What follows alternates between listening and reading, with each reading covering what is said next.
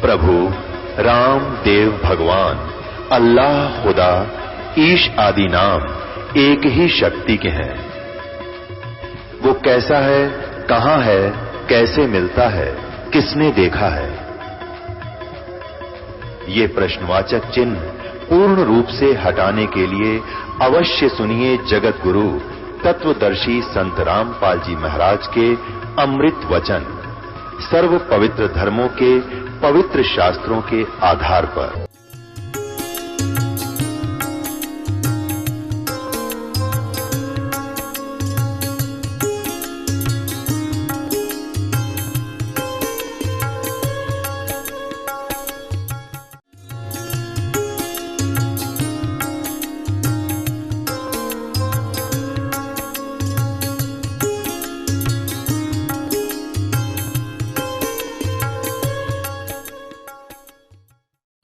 ने कहा था चलो भी अपने कुछ भक्तों से मिलकर आते हैं। वो उधर से चल पड़े। उस साइड में क्या था कि ये सम्मन और उसकी पत्नी दोनों चूड़ी पहनाने का कार्य किया करते थे, और जहां भी ये बैठते थे चूड़ी पहनाने का कार्य करते समय भी ये भगवान की चर्चा सुनाया करते थे, क्योंकि भगत पर डटे ना जाइयो ज्ञान समझ माने के बाद। और अपने परमात्मा कबीर जी की गुरुदेव की महिमा सुनाया करते थे कि सिकंदर लोधी के जलन का रोग था, हमारे गुरु जी ने ठीक कर दिया।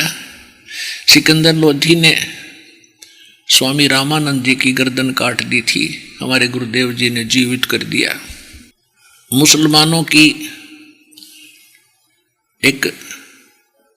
मुसलमानों ने एक परमात्मा के साथ षड्यंत्र रचा था, राजा को भ्रमित किया था।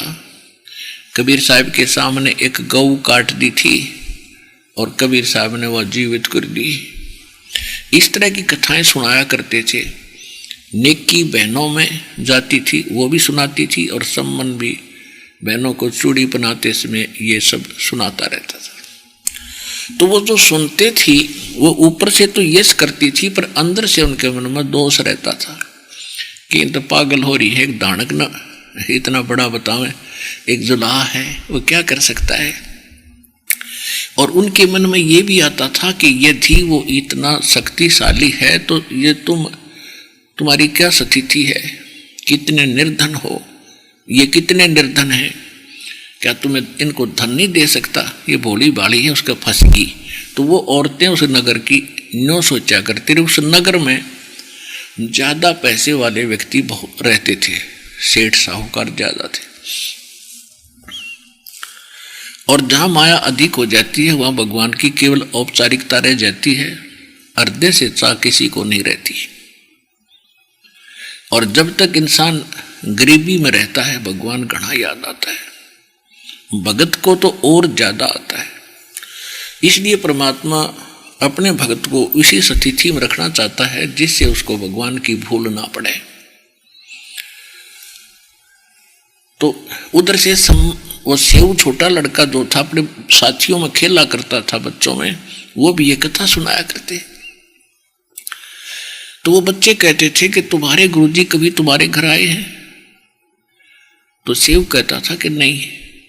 तो दूसरे जैसे उन्होंने कथा सुन रखी थी कि सेव जी से कि हमारे गुरुजी के शिष्य सिकंदर लोधी हैं, वीर सिंह बघेला, काशी नरेश है, बिजली का पठान, मगर का नरेश हमारे गुरुजी के शिष्य हैं। तो बच्चे कहा करते नगर के कि तुम्हारे गुरुजी तो पैसे वालों के यहाँ जाते हैं और वो तो माया के भूखे हैं, तुम्हारे घर क्यों ना आए गरीबों के। अब वो बच्चा निरुत्तर हो गया, यह बात तो भाई इन्होंने गलत कह दी। तो उस बच्चे का ये मन में होगी, ये नहीं मन में आया कि हमारे गुरुजी ऐसे हैं, पर ये सोचा कि हे भगवान एक दिन हमारे गुरुजी यहाँ आ जा, इनका मुंह बंद कर दूं, अब देखो आगे ना। तो उस लड़के ने अपने माँ से कहा, और वहीं पिता दोनों बैठे थे, कि पिताजी अपने गुरुजी अपने घर नहीं आ जाते, एक बार अपने पिता गुरुजी अपने घर आ जाएं तो बड़ा आनंद आ जावे, क्या अपने घर भी आएंगे?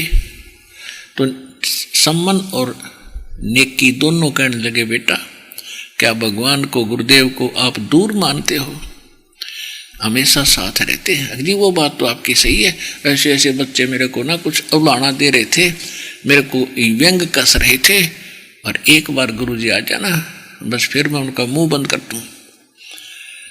बच्चे, माता पिता बोले बेटा ऐसी बातें भगत नहीं कराया करते, जैसे भगवान रखा ऐसे रहा करते। अगली वो बात तो आपकी ठीक है, फिर एक बार जाना बस पूछो मत। अब वो इतनी बात कह ही रहे थे और बच्चा ये बात कहकर आंखों में आंसू ले आया कि मुझे कल फिर जाना खेलने के लिए, वो फिर यही बात करेंगे, मैं तो कुछ कहने जोगा भी ना रहे आइबन को।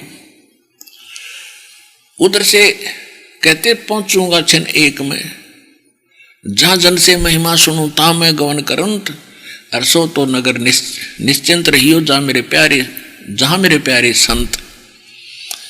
एक पल में जा खड़े वरने का द्वार के सामने, और बाहर गेट खटखटाया, जैसा भी टूटा फूटा खड़का सा ला रखा था, और आवाज लगाई रे सम्मन है घर पे। नेकी बोली गुरुजी का आवाज, गुरुजी की आवाज है। सम्मन बोला गुरुजी कहाँ आएंगे, इतने शिष्य हैं उनके, किस किस के जाएंगे, आपके भी भ्रम हो गया बच्चे के कहने तक। थोड़ी सी देर में फिर आवाज लगाई रे सम्मन है घर पे। दोनों ने सुनी आवाज थे गुरुजी की भाई। तीनों भाग लिए नंगे पैरों, और सामने 3 जने खड़े, 2 सेवक 1 भगवान। उनको दिन में स्वप्न हो गया कि ये कैसे हो गया, ना कोई पूर्व सूचना, न इधर का कोई टूर प्रोग्राम कभी सुना भी नहीं। उनको विश्वास नहीं हो रहा था कि सचमुच हम अपने गुरुदेव को देख रहे हैं या कोई स्वप्न देख रहे हैं। आंखें मसड़ने लगे तीनों के थे।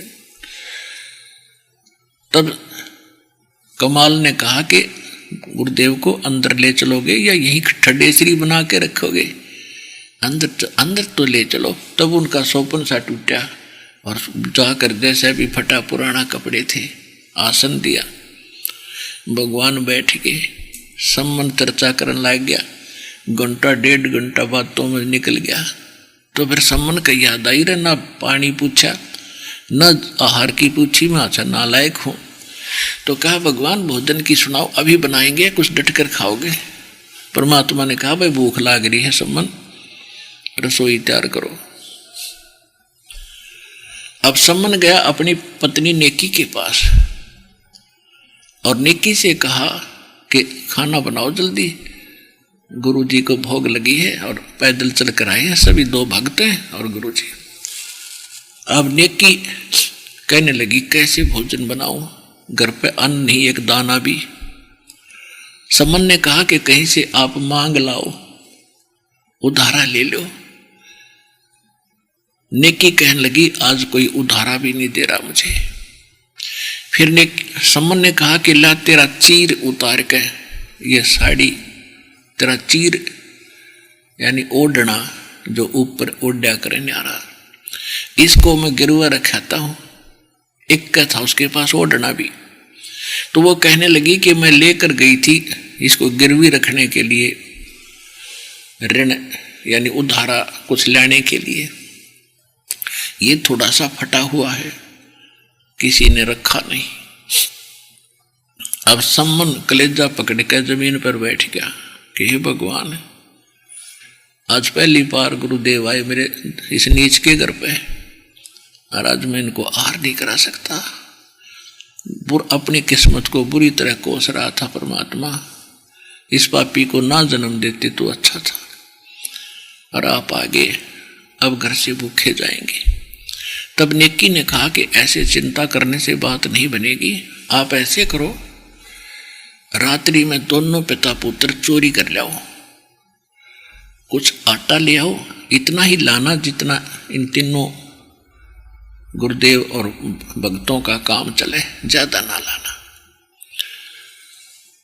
और अब गुरुदेव से कह दो भगवान सवेरा भोजन कराएंगे, ये जानी जान है, संकेत समझ जाएंगे। तो जो सेऊ था बेटा रोज सुना करता माता पिता से और गुरुदेव के सत्संग की जानकारी, कहने लगा माता परमात्मा गुरु जी कहते हैं कि जो चोरी करते हैं उनका सर्वनाश होता है। ये तो घोर पाप है बेटा। माता जी, तो माँ ने कहा बेटा देखो इसमें पाप नहीं लगता, चोरी करके दान कर दे। तो शिव के मन में यह बात समाई नहीं है। चोरी तो चोरी ये है माँ, किसी तरह कर लो। तब परमात्मा उस नेकी ने बताया बेटा सुन ले बात मेरी, तेरी बात कति 100 की 100 साची है बेटा। चोरी तो चोरी है, दान चोरी करके दान करने का फायदा क्या हुआ। मैं तुझे तेरा विवेक देखूं थी बेटा, तू सच्चा भगत है। पर एक बात सुन, इस नगर के लोग भगवान से कोसों दूर हो गए। आज ये जानबूझकर एक 3 सेर आटा नहीं दे रहे हमारे को, और ये कह रही है औरतें कि आज तो तू कह रही है मेरे घर पर गुरुजी आ रहे हैं, और तेरे गुरुजी तो बड़े सक्षम हैं, समर्थ हैं, और पता नहीं राजाओं को कि जलन के रोग दूर कर दिया, उसके राजा नौकर हैं, चेले हैं, और मुर्दे को जीवित कर देते हैं। कि तुम्हारे 2 रोटी नहीं देंगे तुम्हें, हमारे पास आज आटा नहीं है। ये जानबूझ कर बकवाद कर रहे बेटा। और जिस नगरी से संत अपमानित होकर चले जाते हैं वह नगरी बसा नहीं करती। ये सर्वनाश को प्राप्त हो जाएंगे बेटे। जब परमात्मा न्यू के न्यू चले गए थे, भगवान सजा नहीं देंगे, लेकिन यहाँ का जो नियम है इस काल भगवान का, ये फिर माफ नहीं कर पाओगा। अब जैसे प्रधानमंत्री का कोई पत्थर मार दे, प्रधानमंत्री उतर कर उनके पीछे ना भाग गए, वो तो और बतेरे एजेंट है, पुलिस वाले पकड़ कर उसकी देही तोड़ेंगे, रेल ठोकेंगे जेल में, क्योंकि उनकी क्रिया ठीक नहीं थी। तो आज ये उस स्थिति में, अब देख ले बेटा, जब इस नगर का नाश करवाना है तो ठीक है, बैठ जाओ मौन साध के। और इस क्योंकि हमने इस नगर का अन्न खाया है, और बेटा ये हमारा फर्ज बनाइए। तो बालक है, इनकी आंखें बंद होगी, माया की चर्बी चढ़गी इनके, इसने माया की भांग पी ली। और फिर एक कथा सुनाई कि एक नगर था, उस नगर में पैसे वाले लोग गणे थे, और वो इतने अभिमानी हो गए थे, केवल एक राम कृष्ण का जाप करें थे और किसी तो बात नहीं करें थे। कोई साधु संत अगर मांगने आ जाता तो उसको अपमानित करके भेज देते, एक दाना एक रोटी का टूक भी नहीं देते थे, और उनको धिक्कारा करते थे कि तुम करके खाया करो, मस्टंडे फिरते हो। उस नगर के बाहर, उस गांव के नगर के बाहर बनी में एक साधु सिद्ध आ गया, उसके साथ एक चेला था 18-17 वर्ष का। संत वहां आकर रुक गया बनी में, और चेले को सुबह भेज दिया, बेटा भिक्षा मांग लिया। सारे नगर में चक्कर काट कर लड़का वापस आ गया। सबने अपमानित किया कि कमान जोगा है तू, क्या तुम करके नहीं खा सकते, धक्के खाते फिरते हो। लड़का वापस आया तो बाहर जिस रास्ते से वो आता और जाता था नगर में, उसके लास्ट कोने में, कति लास्ट में एक कुम्हारी रहा करती थी, विधवा थी, 3-4 बच्चे थे, वो अपनी मेहनत करके उनका पालन पोषण किया करती थी। अब कुम्हारी ने पहले दिन देखा कि बाबा जी भिक्षा लेने गया और खाली जाता भी देखा, तो लड़के ने जाकर कहा कि गुरुदेव ऐसा नगर कदे देखा नहीं हमने, ये तो 16 माथे भी ना बोलते, ढंग से बात भी ना करते, गुरुदेव भिक्षा तो दो चाहे ना दो, और ऐसे ऐसे कहते हैं। तो गुरुजी ने कहा बेटा तू कल फिर जाना सुबह सुबह। वो सुबह फिर गया, उसी तरह सुन के वो वापस फिर आ रहा था। तो उस कुमारी ने सोचा कि छोटा सा बालक भूखा मर जाएगा, इसने रोटी नहीं खाई काल तक, यहां से इसको मिलाई कुछ नहीं। तो उसने हाथ जोड़कर कहा कि महाराज मैंने कल भी आपको देखा पर मैं टोक नहीं सकी, क्योंकि मैं एक कुम्हार जाति से हूं, और कई साधु संत दूसरी जाति का भोजन नहीं करते, वो ब्राह्मण या बणियों का ही करते हैं, ऐसे टाइप के भी होते थे, इसलिए मैंने आपको टोका नहीं। लेकिन आज मेरे तो रुका नहीं गया, अपने बच्चे जैसा लगता है तू, और मेरे पास कुछ आटा है, बना बनाया भोजन भी है, दोनों दे देती हूं, जैसा उचित समय कर लियो। और बता देना साधु को कि कुम्हारी के घर से लाया हूं। उसको डर लगता था कि धोखे से कभी खा के फिर पता लग संत दुराशीष ना दे दे। तो संत उस लड़के ने कहा, डाल दे माई, जैसे आज्ञा हुक्म होगा गुरुदेव का वैसे हम कर लेंगे, आज्ञा देंगे तो हम खा लेंगे, ना रख देंगे। तो जाके कहा कि महाराज, गुरुदेव ने पूछा, बेटा दिया किसी ने भिक्षा? कि महाराज सारी कहानी बता दी, उस नगर से मैं वापस आ लिया था, एक माई ने ऐसे ऐसे कहकर ये कुछ आटा दिया। लड़का, गुरुजी बोले, बेटा तू खा रोटी, और रोटी खा कर तू वापस जा, और उस माई ने ये कह दे कि अपना सारा सामान घर का लाद का गद्दा पे और अभी प्रस्थान कर जा, आज रात नहीं, नगर नहीं रहेगा। अब उस लड़के ने सोचा, मैं ये जाकर नौकूंगा, बुढ़िया नौका गया सी आपत मोल ली, इन रोटी दी तो मेरा घर भी छूट गया। वो बच्चा ने सोच ही रहा था तो संत ने कहा कि एक और कह दिया उसको, माई को, कि जहां तुझे रात्रि हो जा वहीं रुक जाना, वहीं तेरे नाम तक गांव बस जाएगा बेटी, तेरा पूरा पूरा कुल चलेगा। अब उस संत ने आके लड़के ने सारी कथा बता दी और कहा कि किसी को बतावा नहीं की, नहीं तो बात बिगड़ जाएगी, जब उसने जिक्र भी कर दिया था। तो उस बच्चे ने आकर सारी कहानी बता दी, माई ऐसे आदेश है गुरु जी का। वह समझ गई कि मैं बता भी दूंगी, इनका कल ठिकाना नहीं ना, मैं क्यों दोषी बनूं। अपना लाद के गधों पर सारा सामान चाल पड़ी, वहां से 8-10 किलोमीटर जाकर वह रात होगी, शाम हो गया, वह रुक गई। पीछे से रात्रि के समय एक भूकंप टाइप ऐसी स्थिति बनी और पूरा नगर बेटा नाश में आ गया। तो आज इस नगर की वो स्थिति समझ लेना, कल यू साबित पावेगा नहीं, जाज ये भूखे चले गए थे। अब तुम देख लो बेटा, या चोरी है या क्या चीज है। सेव खड़ा हो लिया कमा, इनकी रक्षा के लिए हम कुछ भी करना पड़े। दोनों पिता पुत्र रात्रि में चोरी करने चल पड़े। एक सेठ, पहले कच्चे मकान होते थे, एक सेठ के द्वार में सुराख बना लिया अंदर जाने का। अब सम्मन कहता है कि बेटा तू बाहर रहना, और अगर तू अंदर जाएगा और लाला जी पकड़ लेगा, लाला जी की मित्रता इस राजा के साथ है, यहाँ के राजा के साथ भी है, और बेटा तुझे सजा मौत दे देंगे ये, फिर हम क्या करेंगे जी कर। तब सेव ने कहा कि पिताजी ऐसे करो, मैं बालक हूं, आप पकड़े गए तो आपको तो सीधी सजाए मौत होगी और मुझे माफ भी कर देंगे, मैं जाता हूं। नो कहकर उसमें घुस गया। सम्मन ने कहा कि तेरी माँ का आदेश है बेटा, 3 शेर लाना, ज्यादा अनमन नहीं लेना। अब उसने जाकर अंदाजा सा 3 शेर आटा अपनी फटी पुरानी चादर में बांध के और चलन लगा, तो आवाज होगी, खुड़का हो गया।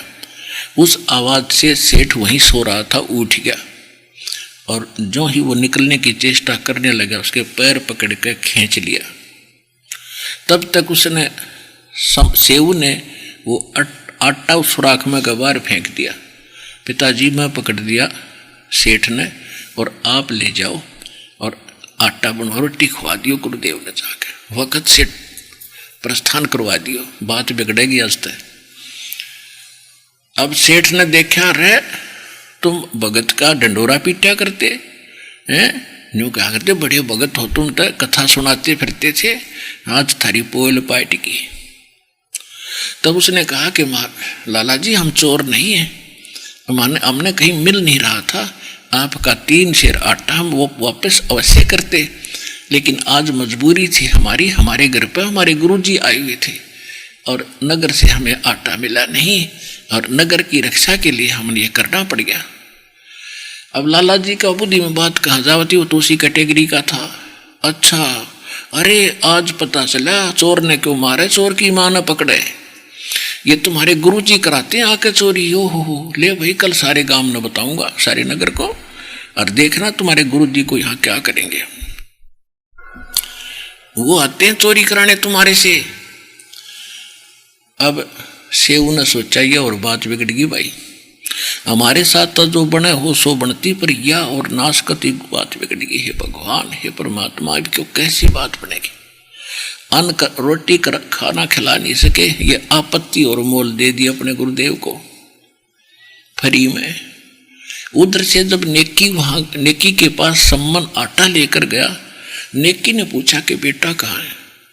सम्मन ने बताया कि लाला जी ने पकड़ लिया और खंबे तो बांध दिया।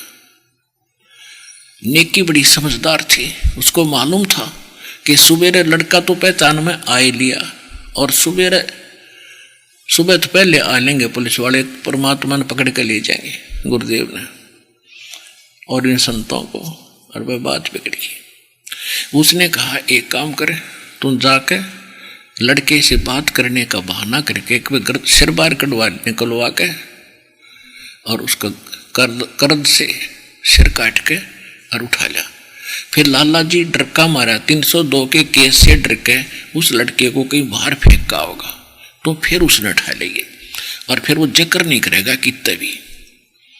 तो जैसी उनकी बुद्धि की सोच थी, उन्होंने इतना गजब का निर्णय लिया, सम्मन लेकर तलवार और वापस चला।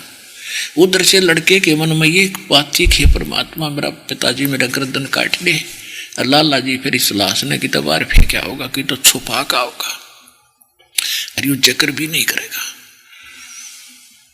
उधर से वो भी यही सोच रहा है, उधर से सम्मन इरादा यही लेकर चल रहा है।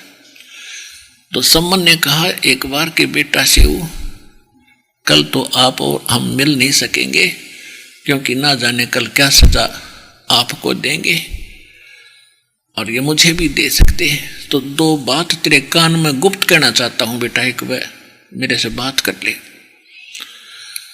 तो उसने कहा, सेऊ ने कहा, लाला जी बाहर मेरे पिताजी खड़े हैं, आप आज्ञा दो तो मैं बात कर लूं कि नहीं? हाँ, थारी चाल से भागेगा कि नहीं? भागू नहीं, मैं भगत हूं, कति नहीं भागू। और आपका ना यकीन होता तो मेरे पैर न बांध दे, लेकिन रस्सा ढीला कर दे थोड़ा सा, मैं गर्दन निकाल लूं। फिर कल पता नहीं हमारे साथ के बीतेगी, हम मिल पावांगे कि नहीं मिल पावांगे। लाला जी ने सोचा, रखे ज्यादा चोरी तो है भी नहीं, 3 शेर आटा ही तो लिया है। तो उसने रस्सा ढीला कर दिया पैर का, और सेव सरक के और गर्दन बाहर निकाल के कहने लगा, पिताजी बोले। अब सम्मन पिता था, बाप था, बेटे गर्दन क्यों कर काटे? हाथ नो छुपा रखी थी, कर नो का नो हाथ रह गया, आगे को नहीं चला। सेव कहने लगा, यदि आप मेरे पिता हो तो मेरी गर्दन काट दे पिताजी, नाश हो गया बात का। अगर यदि मेरी गर्दन नहीं काटेगा तो मेरा बाप नहीं, मैं किसी और का कुबीज हूं। इतनी बात बेटे के मुंह से सुन के और पट दे गर्दन पर मारी, 2 हो गए। उठा के सिर ने शीश ने और ला के घर रख दिया अलमारी में। उधर से लाला जी ने देखा ये तो नाश हो गया, 302 का मुकदमा तेरे पर लगेगा। अब उसने उस लड़के को घसीटा रातों रात पकड़ के, और कुम्हार का पुजावा होता था पहले, घोड़े खड्डे से, और उसमें वो मिट्टी खोद के ईंट और बर्तन बनाते थे, वो गड्ढे हो जाते थे, घसीट के पुजावे में गिरा। नेकी कहने लगी, आप फिर जाओ, अब लड़का की तब बाहर पड़ा पाओगा और उसके निशान देखना, क्योंकि लाला जी किसी को शेर नहीं करेगा, इकला करेगा इस काम ने, और वो घसीट के ले जाएगा। बच्चे के चिन्ह जहां जा रहे हो उस धड़ ने बिठा लेगी। अब लाला जी तक डाल के उसने बाहर, और आकर अपनी बना के वो जो सुराख हुआ था द्वार में, वह एक सार कर ली, चढ़ा के और लीप के और सूखा रेता मार के ऐसा बना दिया जैसे कुछ है को नहीं। अब सम्मन ने देखा, कहाँ यो तो कति ओके कर दिया इसने। लड़के के जो निशान थे घसीट के, वहां पहुंचा, लड़के को उस धड़ को उठा लिया और ला के अपने एक झोंपड़ी के कोने में डाल के उसके ऊपर फटी पुरानी बोरी पल्ले डाल दी। इस सारे प्रोसीजर में सुबह होगी। सेव नेकी बोली, मैं जल्दी भोजन बनाती हूँ और गुरु जी से कह दे नहा धो ले। और कह दिए महाराज आप रात को भूखे रह गए थे, अब वक्त से भोजन इसलिए बना दिया, और वो कह रहे थे सुबह हमने जल्दी जाना है तो जल्दी उठा दे, किसी ने पता लग गएगा किसी ने ना लग गएगा। तो नेकी बेटा कटा पड़ा है, और नो बोली आंखों में आंसू नहीं आ जाना चाहिए, कदे गुरुदेव को और संतों को पता लग जाए भोजन नहीं खाओगे। बेटा कटा पड़ा है और रोटी बना रही है माता, भोजन बनाकर तैयार कर दिया। महाराज जी को संदेशा मिला, तीनों आकर बैठ गए। तो उन्होंने 3 बर्तनों में 3 दोनों में सारा भोजन डाल दिया। अब परमात्मा ने कहा कि भाई ऐसे नहीं, आज तो इकट्ठे बैठ के खाएंगे सारे भगत और हम, इस भोजन को 6 पात्रों में डालो। 3 तो परमात्मा के साथ थे, तीनों जने थे, परमात्मा 2 बच्चे और 3 वो सदस्य। परमात्मा ने कहा कि जल्दी तीनों 6 जगह डालो, उन्होंने 5 जगह डाल दिया। परमात्मा ने कहा नहीं 6 जगह डालो। अब वो नो पूछना भी नहीं, समय उचित नहीं समझा कि नो पूछे भाई छठा क्यों नहीं है, तो उन पसीने आ रहे थे कि बतावाएंगे। आखिर में ये सोच ली थी गुरु जी का अगर आज चाहे झूठ भी बोलनी पड़ो, इनको भोजन कराना ही पड़ेगा, कह देंगे जी कि तक खेलन जा रहा सब बालक है। लेकिन मालिक ने कहा नहीं 6 जगह बनाओ। ये 6 जगह कर दिया कि बैठ जाओ। वो दोनों वह बैठ गए, तीनों परमात्मा और वो भगत बैठ गए और छठा खाली रखा। तब परमात्मा ने कहा कि आओ बेटा सेऊ, आओ सेऊ जी मिलो, ये प्रसाद प्रेम, और बेटा सिर कटा कर चोरों के संता को नितक सेव। कहते सेऊ धड़ पर शीश चढ़ा,